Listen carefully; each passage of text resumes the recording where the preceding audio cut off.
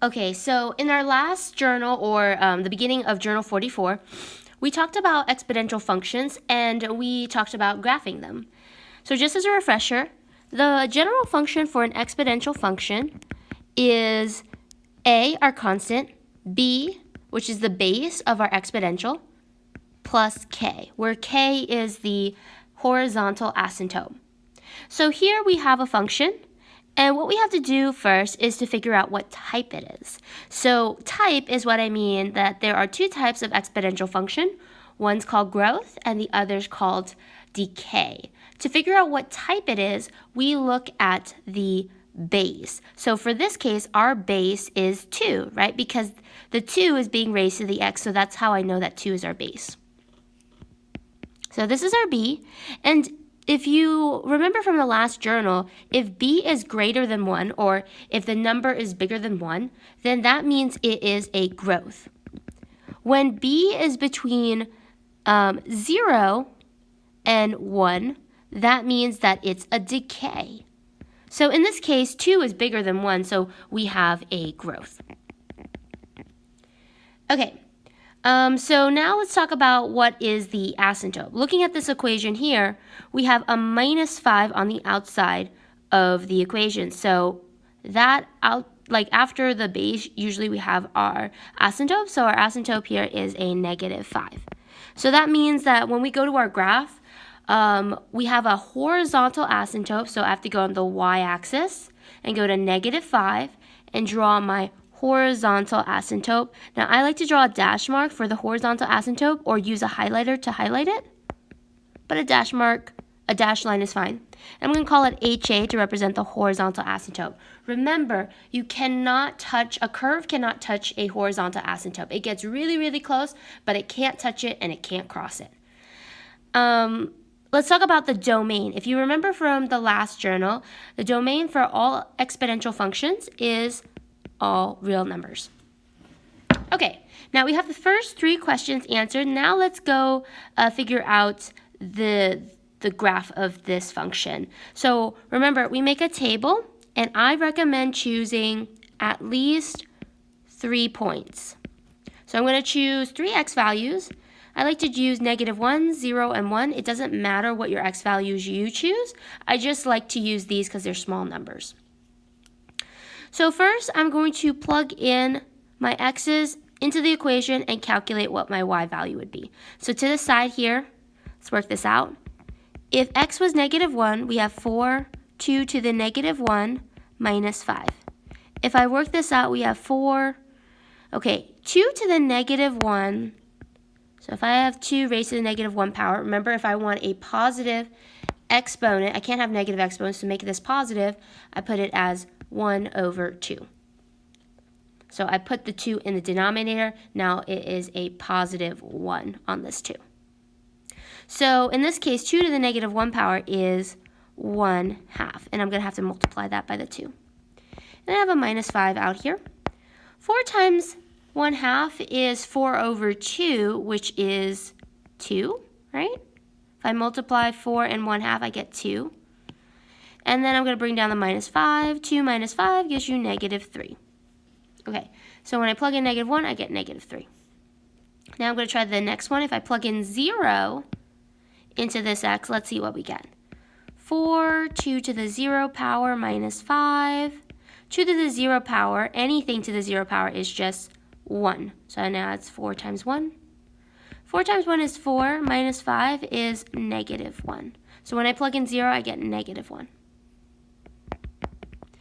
Next thing is, let's see, plugging in the 1. So 2 to the first power, anything to the first power is just itself. So I have 4, I bring down a 2. I'm going to multiply.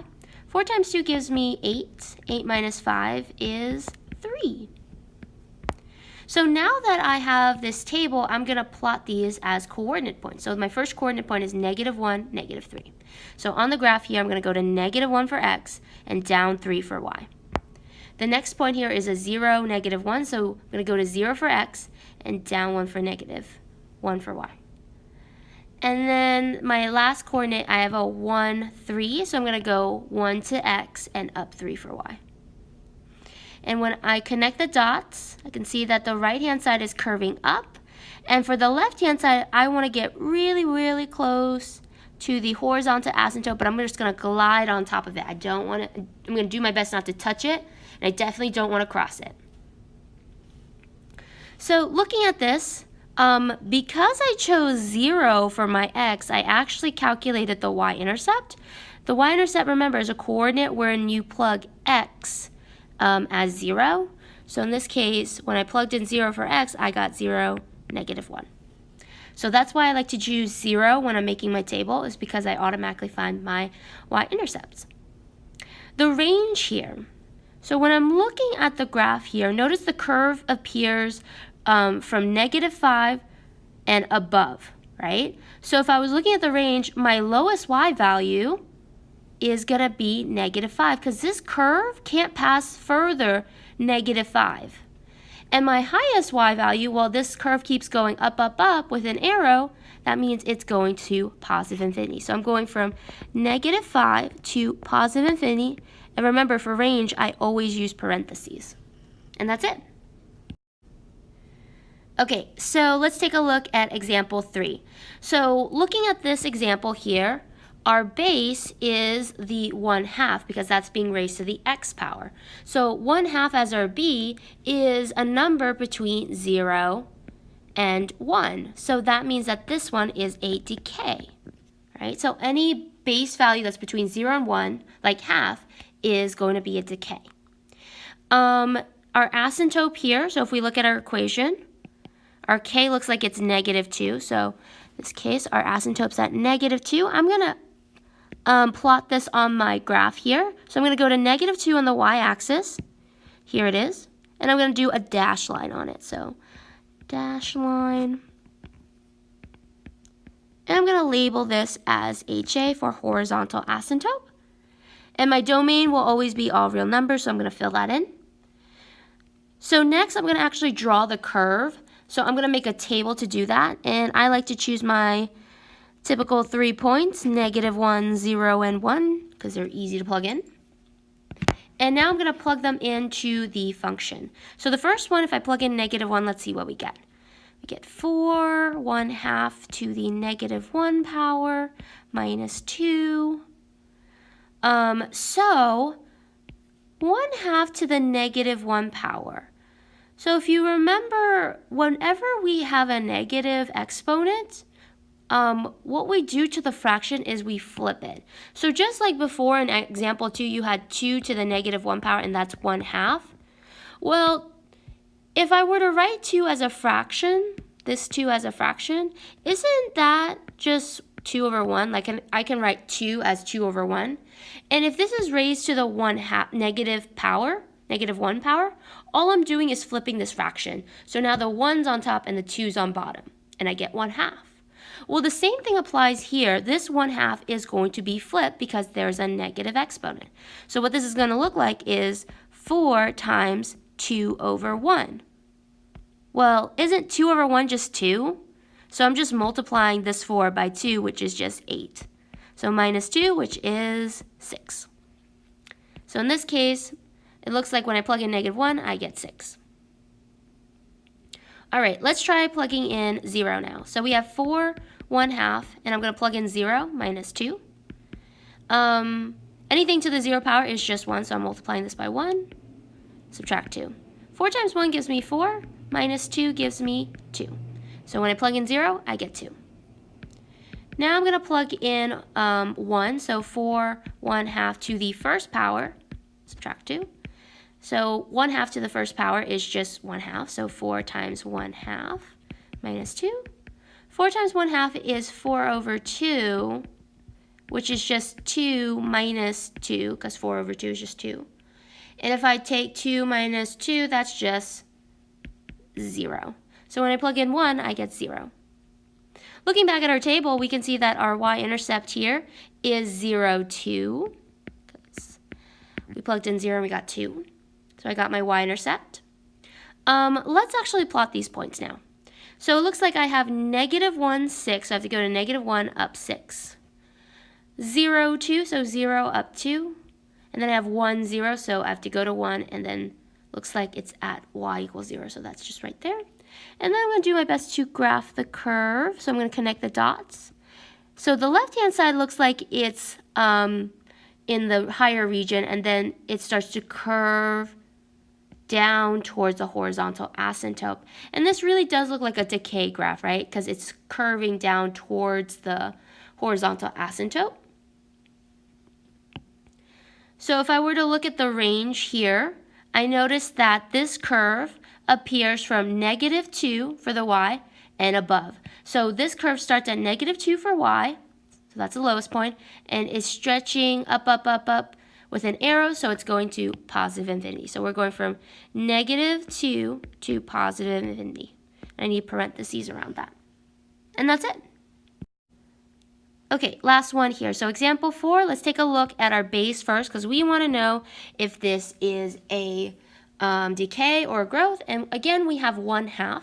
So this is definitely a decay, because 1/2 is between 0 and 1. So I'm going to write decay. Oops, I think I spelled decay wrong. And our asymptote here looks like it's a +4. So I'm just going to write a 4 for my asymptote. And so I'm going to go to my y-axis and plot a dashed line on the 4. So that is my horizontal asymptote at +4 or y equals 4. So now my domain is all real numbers. Let's take a look at this graph. So I'm going to make my t-chart. Choose -1, 0, and 1 like I always do. And so now I'm going to plug in my x values. So you might have noticed, but we have a -3 out in front, and that's going to actually affect what the curve looks like, but you'll see here in a sec. So let's just calculate what our y's are going to be first. So if I take -1 and I plug it in, that's -3, 1/2 to the -1 power plus 4. Now we just said a moment ago in that last example, if this is raised to the -1 power, all we're doing is flipping this fraction. So that's -3, 2 over 1 being multiplied plus 4. Okay, -3 times 2 over 1, well 2 over 1 is just 2, so 2 times -3 is -6 plus 4. So -6 plus 4 gives you -2, so when I plug in -1, I get -2. Let's plug in 0. So if I plug in, let's see, 1/2 to the 0 power, anything to the 0 power is just 1, so I have -3 times 1 plus 4. -3 times 1 is just -3, plus 4 gives me 1. So when I plug in 0, I get 1. And last but not least, I'm going to plug in 1 as my exponent, plus 4. 1/2 to the first power is just itself, so it's just 1/2. Okay, and so now I'm going to multiply the -3 over 1, so -3 times 2, which is -3 over 2. Now for me, I don't like to deal with fractions, especially when I'm graphing, so I'm going to change this to a decimal. -3 over 2 is really just -1.5, and I'm going to add that with 4. So if I add that with 4, that's going to give me 2.5. So when I plug in 1, I get 2.5. And now I'm going to plot my points. So it looks like I have -1 down 2, 0 to 1, 1 to 2.5, so that's like a in between 2 and 3. And then I'm going to try to do my best to connect the dots. So it looks like it curves up. And remember, you're going to do your best to glide right, and in this case, below the horizontal asymptote. So my y-intercept based off this table here was 0, 1, so I'm going to plot that on here, or write that on. And then my range, it looks like this time, looking at this curve, my highest y value is 4, right? Because this curve doesn't pass anything further than the horizontal asymptote, so I have 4. And it does curve down with an arrow, so I'm going from -infinity to 4 when I'm talking about the range. So -infinity to 4. But I want us to take a look at this curve here, because not a lot of people looking at this graph would think that this is a decay, right? Because this curve looks like it's growing, but actually that doesn't mean, even though it's increasing, that doesn't mean that it's not a decay. So when we're looking at this curve here, as we're going more to the right, notice that it's starting to level off, right? Well, if it's leveling off, that means that the growth rate is slowing down. So decay doesn't mean that it's not growing. Decay means that as it's growing, it's starting to grow slower and slower until it levels off. That's what decay means. So as you go further to the right, it starts to level off.